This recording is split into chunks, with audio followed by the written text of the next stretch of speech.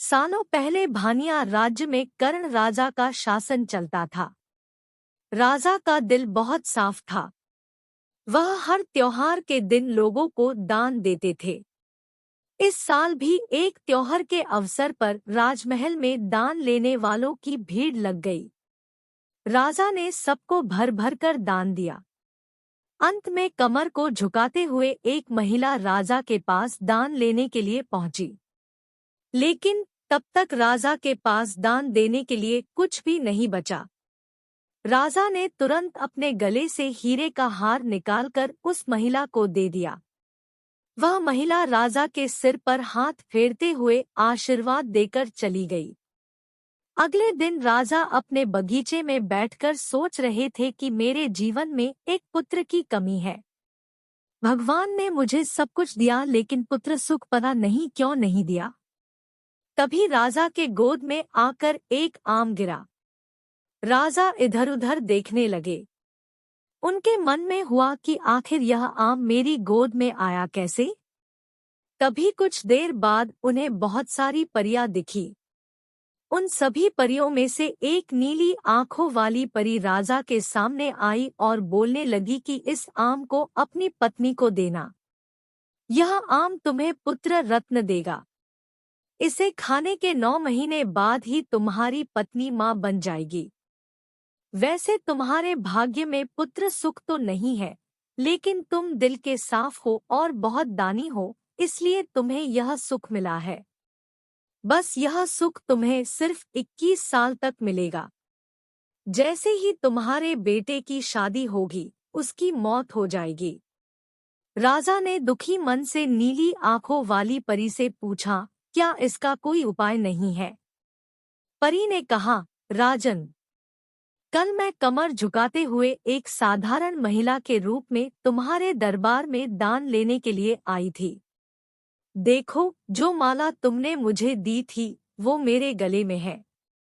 तुम्हारे इसी कर्म और दूसरों की मदद करने की भावना के कारण मैं तुम्हें पुत्र का आशीर्वाद देने के लिए आई हूँ। लेकिन तुम्हारा बेटा 21 साल से ज्यादा नहीं जी पाएगा। फिर भी तुम उसकी मौत होते ही उसे एक संदूक में डाल देना। उसके बाद संदूक में 4 दही के घड़े रखना और बीच जंगल में लाकर छोड़ देना। इतना कहकर नीली आंखों वाली परी वहां से ओझल हो गई। राजा ने महल जाकर सारी बात अपनी पत्नी मैत्री को बता दी और उसे आम खाने के लिए दिया। राजा की पत्नी ने आम खाने के ठीक 9 महीने के बाद एक पुत्र को जन्म दिया। बेटा होने की खुशी में राजा ने बहुत बड़ा जश्न रखा। जश्न के बाद बेटे का नाम देव रखा गया। होते होते राजकुमार देव की उम्र 21 साल की हो गई। उसके विवाह के लिए प्रस्ताव आने लगे। राजा ने एक बुद्धिमान लड़की वत्सला से अपने बेटे की शादी करा दी। शादी के कुछ ही दिनों के बाद नीली आंखों वाली परी की बात सच हो गई और राजा का बेटा देव मर गया। राजा और रानी नीली आंखों वाली परी की बात भूल गए थे। जब देव के अंतिम संस्कार के लिए राजा लोगों के साथ श्मशान की ओर बढ़ने लगे, तो राजा को परी की बात याद आ गई। तुरंत राजा ने सबको एक बड़ा सा संदूक और 4 दही के घड़े लाने के लिए कहा। संदूक आते ही राजा ने भारी मन से अपने बेटे को उसमें डाला और दही के 4 घड़े भी रख दिए। उसके बाद राजा ने अपने सैनिकों की मदद से उस घड़े को घने जंगल के बीच में रख दिया। वहां से लौटने के बाद राजा का मन किसी काम में नहीं लगा। कुछ समय बाद देव की पत्नी अपने मायके चली गई। समय बीता और देव की मृत्यु को 1 साल हो गया। देव की पत्नी वत्सला के घर एक बूढ़ा आदमी खाना मांगने के लिए पहुंचा। उसने बड़े प्यार से उसे खाना खिलाया। खाना खाने के बाद उस भिखारी ने अपना हाथ धोने के लिए दूसरे हाथ की मुट्ठी खोली। तभी वत्सला ने उस मुट्ठी में अपने पति देव की सोने की चेन देखी। वत्सला ने तुरंत भिखारी से पूछा, आपको यह चेन कहाँ से मिली? यह मेरे पति की है, जिन्हें संदूक में बंद करके जंगल के बीच में रखा गया था। भिखारी ने डरते हुए कहा, हाँ, मैंने यह चेन उसी संदूक से निकाली है। वत्सला ने कहा, आप डरिए मत।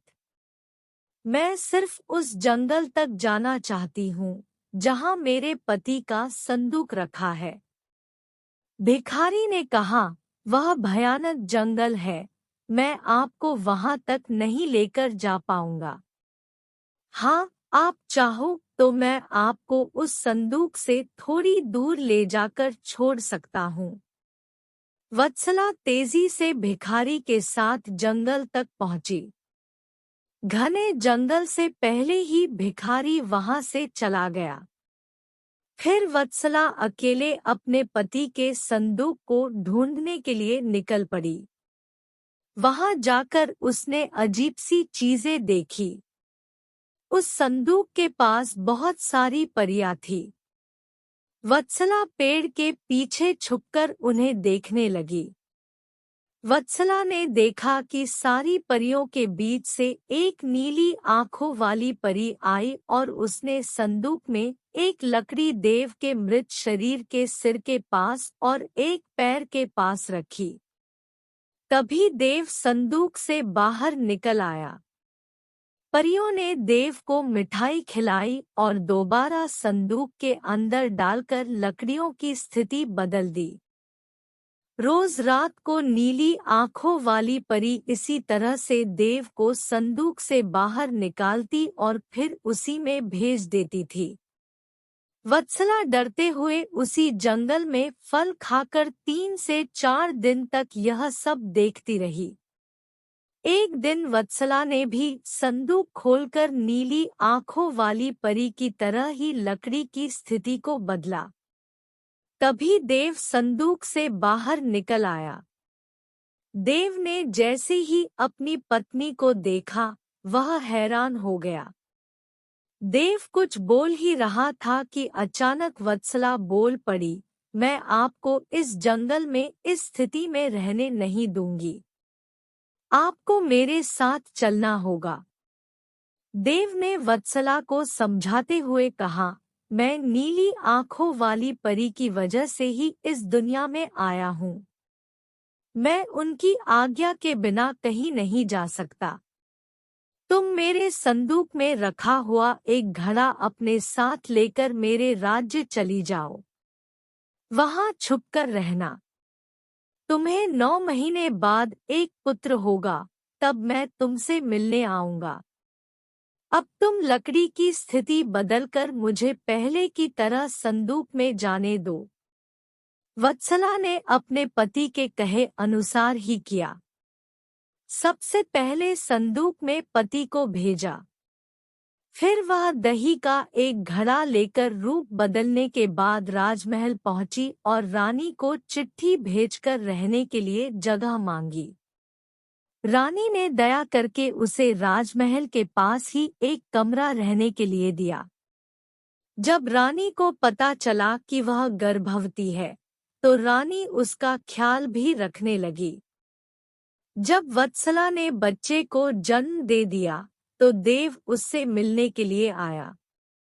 उस समय रानी पास से ही गुजर रही थी। उन्होंने तुरंत अपने बेटे को पहचान लिया। रानी सीधे देव के पास पहुंची और पूछने लगी, यह तुम्हारी पत्नी है? यह तुम्हारा पुत्र है? तुम जीवित हो?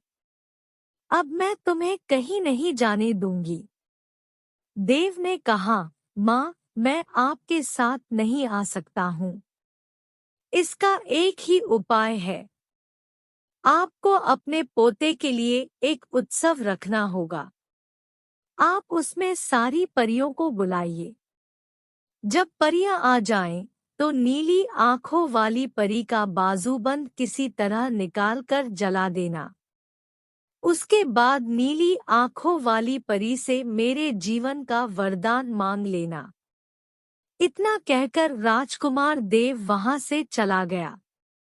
उसकी माँ ने दुखी मन से उसे विदा किया। कुछ ही दिनों में रानी मैत्री ने अपने बेटे देव के कहे अनुसार जश्न रखा और सारी परियों को भी बुलाया। सभी जश्न में डूबे हुए थे। तभी रानी मैत्री का पोता रोने लगा। रोते बच्चे को देखकर नीली आंखों वाली परी ने उसे अपनी गोद में उठा लिया। तभी रानी मैत्री ने परी से कहा, देखिए न, इसे आपका बाजूबंद पसंद आ गया है। तभी तो आपके पास आते ही इसने रोना बंद कर दिया। क्या आप कुछ देर के लिए अपना बाजूबंद इसे खेलने के लिए दे देंगी? परी ने तुरंत अपना बाजूबंद उस बच्चे को दे दिया। रानी मैत्री को इसी मौके का इंतजार था। उसने सबकी नजरें बचाते हुए उस बाजूबंद को आग में डाल दिया। नीली आंखों वाली परी ने अपने जलते बाजूबंद को देखकर रानी मैत्री ने पूछा, आपने यह क्या किया? अब हम आपके बेटे देव को अपने पास उस जंगल में नहीं रख पाएंगे। यह सुनते ही रानी मैत्री ने रोते हुए परी से प्रार्थना की। उन्होंने कहा, आपकी कृपा से मुझे बेटा हुआ था। अब आपको ही कृपा करके मेरा बेटा लौटाना होगा। मैं आपसे अपने बेटे देव की भीख मांगती हूँ। नीली आंखों वाली परी को माँ का प्यार देखकर दया आ गई और उन्हें आशीर्वाद दे दिया। परी के आशीर्वाद से राजकुमार देव संदूक से निकलकर घर लौट आया। राजकुमार अपने परिवार के साथ खुशी खुशी रहने लगा। कहानी से सीख: विनम्रता से सबका दिल जीता जा सकता है और सब्र व सही रणनीति से इंसान मुश्किल काम को भी पूरा कर लेता है।